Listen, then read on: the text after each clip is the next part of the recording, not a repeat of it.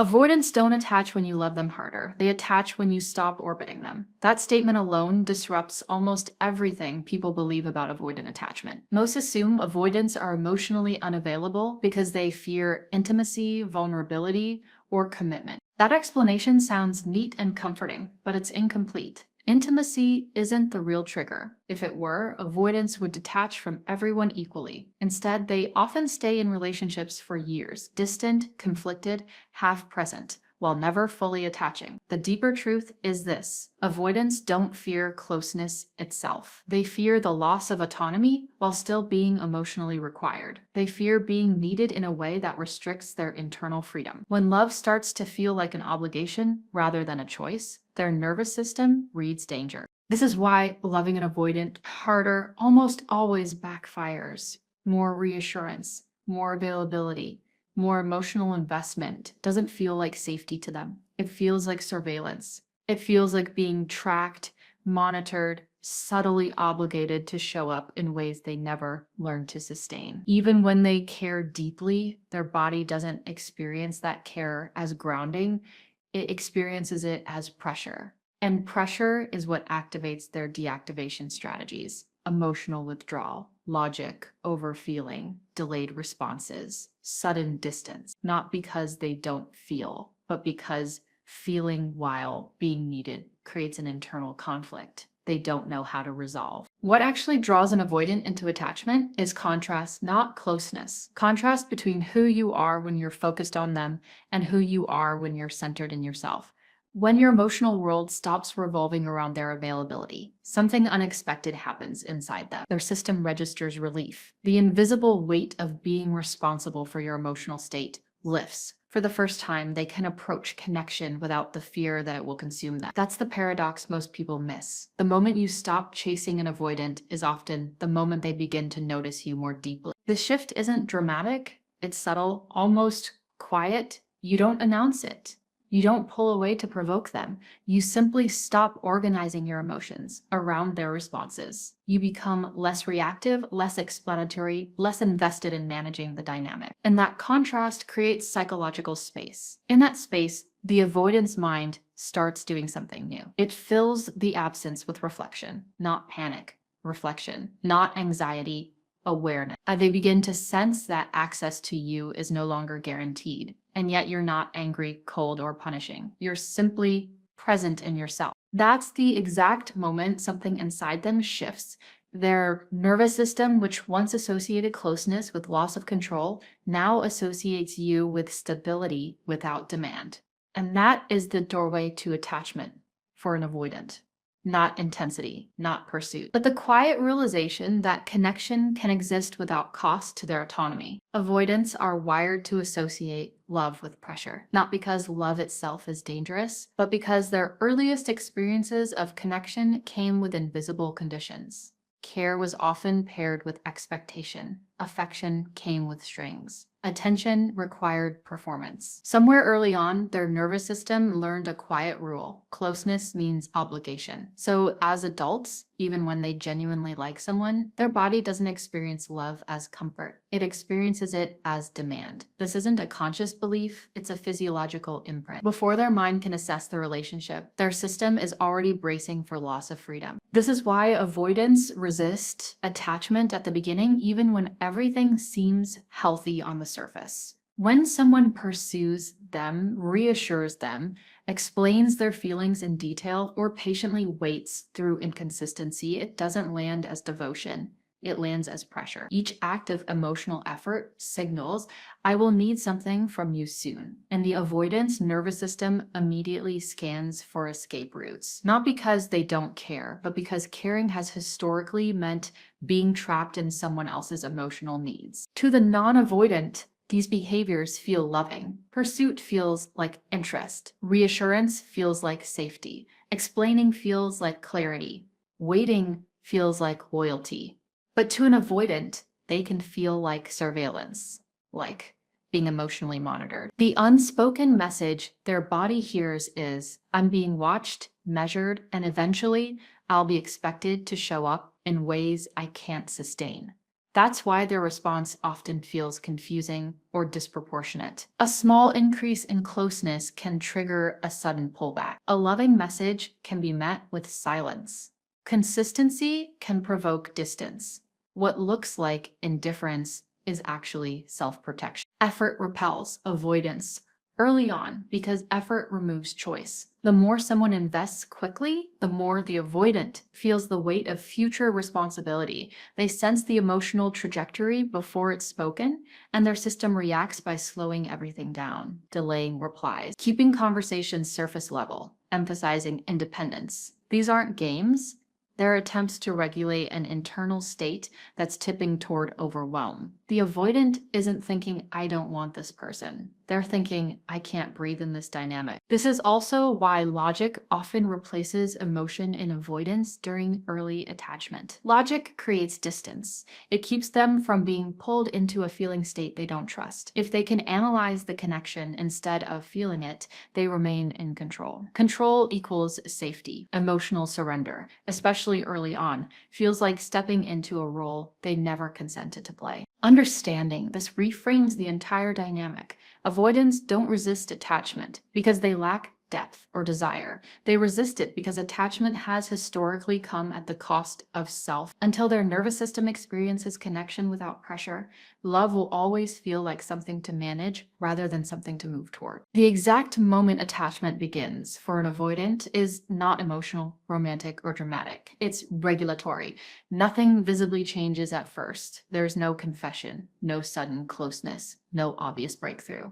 What shifts happens beneath awareness. Inside the nervous system, avoidants don't attach when feelings intensify. They attach when emotional responsibility is removed. Specifically, when you stop trying to manage their moods, anticipate their reactions, or stabilize the relationship for both of you, and instead begin regulating your own emotional state independently. For most people, caring means tuning into the other person's emotional world. For avoidance, that tuning feels intrusive. When someone constantly adjusts themselves to keep the avoidant comfortable, softening needs, suppressing reactions, explaining feelings, wading through distance, the avoidant unconsciously absorbs a sense of responsibility. Even if nothing is said, their body registers it. I am being leaned on. And that sensation triggers resistance, not because they don't care, but because emotional reliance feels like a quiet demand they never agreed to fulfill. But the invisible switch flips when that dynamic changes, when you no longer try to soothe their silence, decode their distance, or rescue the connection from discomfort. When you allow your emotions to rise and fall without pulling them in to stabilize you, when your calm doesn't depend on their consistency, that shift sends a powerful subconscious signal to the avoidance nervous system. You're not responsible for me. And for someone whose system equates responsibility with loss of freedom, that signal feels like relief. This is why avoidants often feel closer to people who seem emotionally self-contained, not cold, not detached, but grounded, regulated.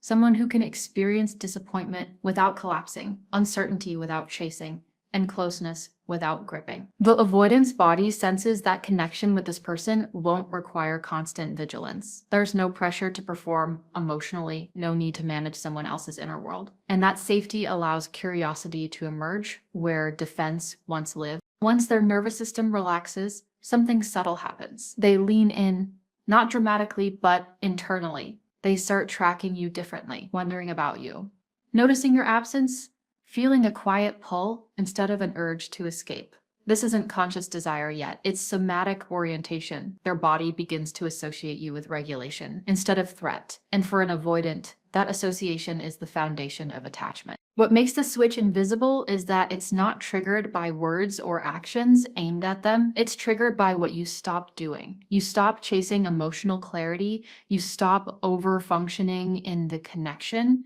You stop trying to prove that you're safe to love, and in doing so, you model something their system has rarely experienced: closeness without emotional cost. Attachment, for an avoidant, doesn't begin when they feel overwhelmed by love. It begins when their nervous system realizes it can rest, when being with you doesn't require them to brace, perform, or withdraw. That's the moment they don't just enjoy you anymore, they start orienting toward you. Here's the moment most people miss because it doesn't look like progress from the outside.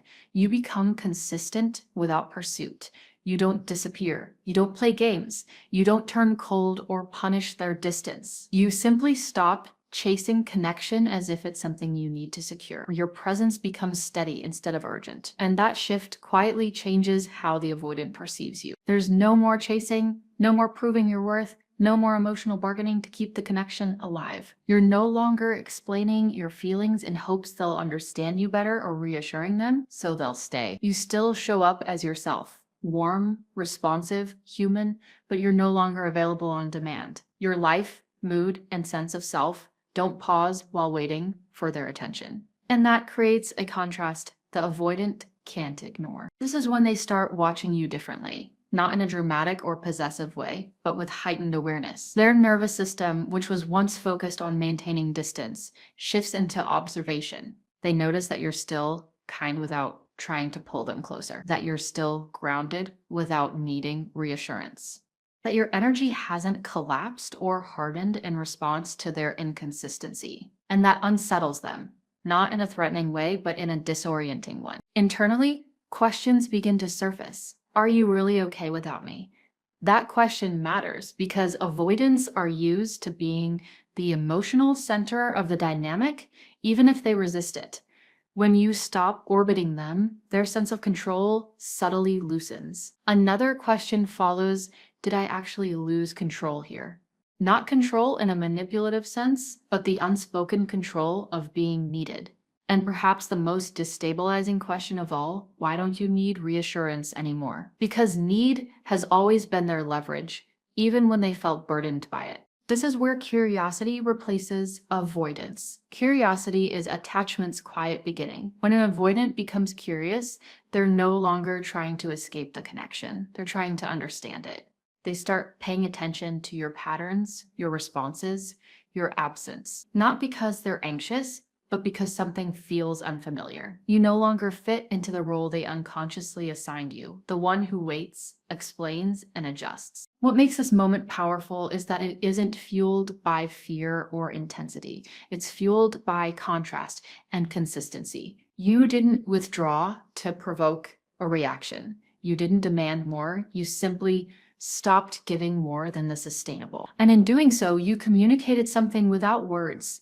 I'm here, but I don't need you to be okay. For an avoidant, that message is disarming. It tells their nervous system that closeness with you doesn't come with emotional debt. And once that realization settles, they don't pull away, they lean in internally first. They begin to feel the early formation of attachment, not as longing or panic, but as interest. And interest is the doorway they never slam shut. Space doesn't scare avoidance.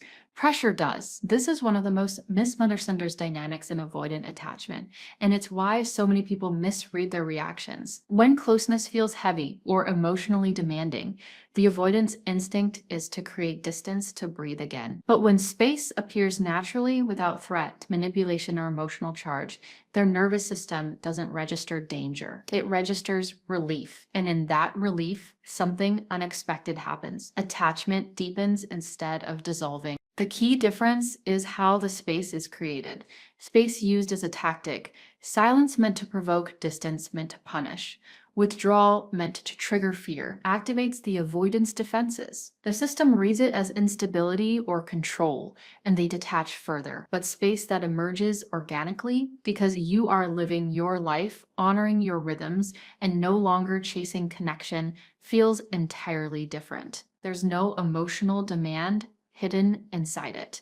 No expectation to respond a certain way, no pressure to perform intimacy on cue. When that kind of space exists, the avoidance nervous system does something it rarely does during closeness. It integrates. Instead of being flooded by someone else's emotions, their system has room to process its own. The absence you create isn't filled with fantasy or panic because there's no threat attached to it. You didn't leave in anger. You didn't disappear dramatically. You simply weren't there in the way you used to be. And that subtle absence gives their mind and body permission to register what your presence actually meant. This is when memory activates, not idealization, not regret, but embodied recollection.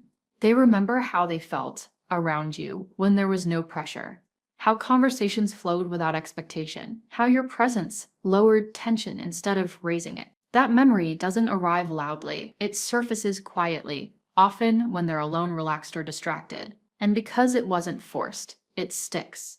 Their system begins associating you with calm, not obligation. This is also why avoidants often miss people later rather than immediately. During the relationship, their system was busy managing closeness. Once space arrives, the management stops. Only then can attachment signals come online. Missing you isn't a conscious longing at first. It's a felt absence. Something feels different, quieter, less regulated. And slowly they realize the regulation came from you. What makes this attachment real is that it happens without you reminding them of your value. You're not messaging to stay relevant. You're not explaining what they lost. You're not trying to be remembered. The absence does the throwing on its own. And because the avoidant wasn't pressured into feeling, the feeling belongs to them. It's self-generated. That's why it holds weight. Avoidants don't attach through intensity or proximity. They attach through relief, followed by reflection. When space allows their nervous system to integrate the connection rather than defend against it, attachment forms naturally, not because you pulled away, but because you stopped pushing. Avoidants don't attach through emotion first. They attach through predictable relief. This is where most people misunderstand avoidant bonding because they assume attachment forms through intensity, passion, or emotional expression. For avoidants, it's the opposite. Their system doesn't bond to how deeply you feel. It bonds to how regulated they feel in your presence. Attachment begins not in the heart, but in the body, at the level of the nervous system. Over time, you became the person whose presence lowered tension instead of raising it. Conversations with you didn't require emotional performance. Silence didn't feel dangerous. Connection didn't demand immediate vulnerability or deep disclosure. You didn't escalate emotions to create closeness or push for reassurance when things felt uncertain. Instead, you offered something rare to an avoidant: emotional neutrality, paired with warmth. And their body learned that being around you meant less internal strain. This kind of relief is deeply biological. The nervous system is always scanning for threat or safety, especially in people who learned early on that closeness came with cost. When your presence consistently signaled safety, no pressure, no emotional flooding, no expectation to open up before they were ready, the avoidance body encoded you as a regulator. Not in a dependent way, but in a stabilizing one.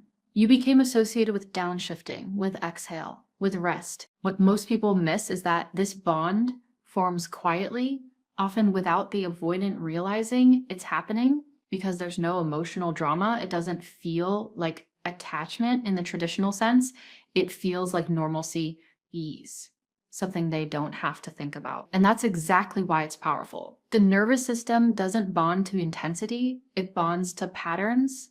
And the pattern you created was one of predictable relief. The moment that relief disappears, when your presence is no longer there in the same way, the body notices before the mind does. There's a subtle dysregulation, a low-level tension that wasn't there before. Something feels off, but it's hard to name. This isn't panic, it isn't obsession. It isn't fear of abandonment. It's the absence of a regulating stimulus the body had come to rely on. That's when attachment reveals itself, not through longing, texts, or emotional confessions, but through bodily memory.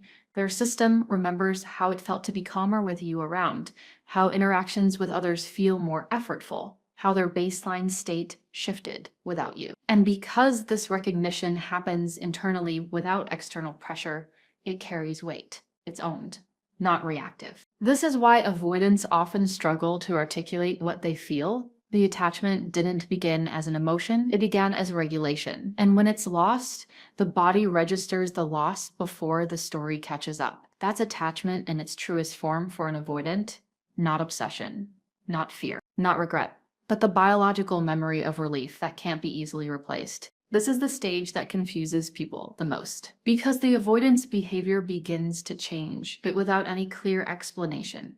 You may notice increased check-ins, subtle bids for connection, or small attempts to re-enter your emotional space. A message that feels casual but intentional. A question they didn't need to ask. A reference to something you shared long ago. These gestures aren't dramatic or emotionally expressive, but they're deliberate. And they don't happen because the avoidant suddenly healed or had a breakthrough in self-awareness. They happen because your absence removed their control. Avoidants often maintain a sense of stability through control, not over other people, but over emotional proximity. They regulate themselves by deciding when closeness happens, how deep it goes, and when it stops. As long as you were consistently available, emotionally responsive, and oriented toward them, that control remained intact. Even if they felt pressured at times, they knew where you were. They knew the connection was waiting, and that predictability allowed them to stay distant without risk.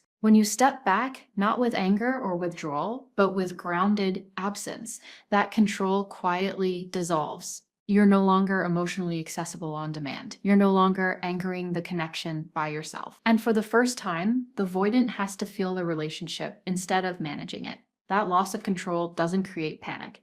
It creates awareness. They begin to sense the bond because they can no longer contain it. This is when attachment begins to surface behaviorally.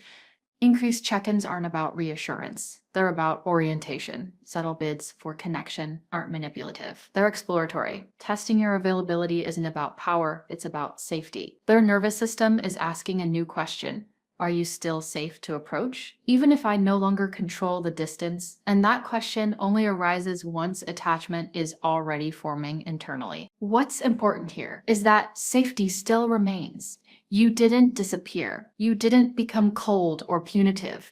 You didn't weaponize your absence. So while control is gone, threat is not present. That combination is crucial. If control disappears and safety disappears with it, the avoidant detaches. But if control disappears and safety remains, attachment has room to grow. This is also why their approach may feel hesitant or inconsistent. They're not used to moving toward connection without being in charge of the pacing. Each small reach is a test, not of you, but of themselves. Can they tolerate wanting without withdrawing? Can they approach without losing autonomy? These are new internal experiences, and they move slowly. From the outside, it may look like mixed signals. From the inside, it's a system learning a new way to attach. The avoidant isn't suddenly transformed.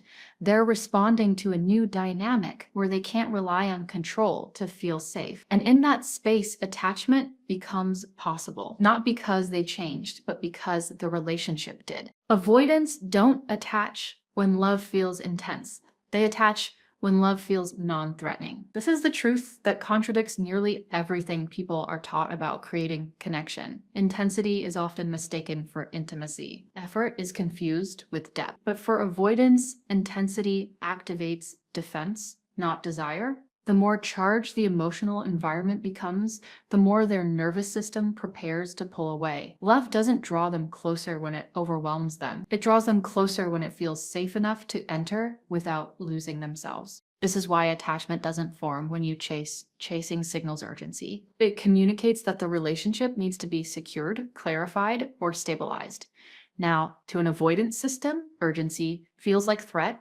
It suggests future demands, emotional responsibility, and loss of autonomy. And once that signal is received, the instinct is to create distance, not closeness. What looks like disinterest is often a nervous system trying to regain equilibrium. Attachment also doesn't form when you explain. Over-explaining emotions, intentions, or needs can feel grounding to people who bond through verbal reassurance.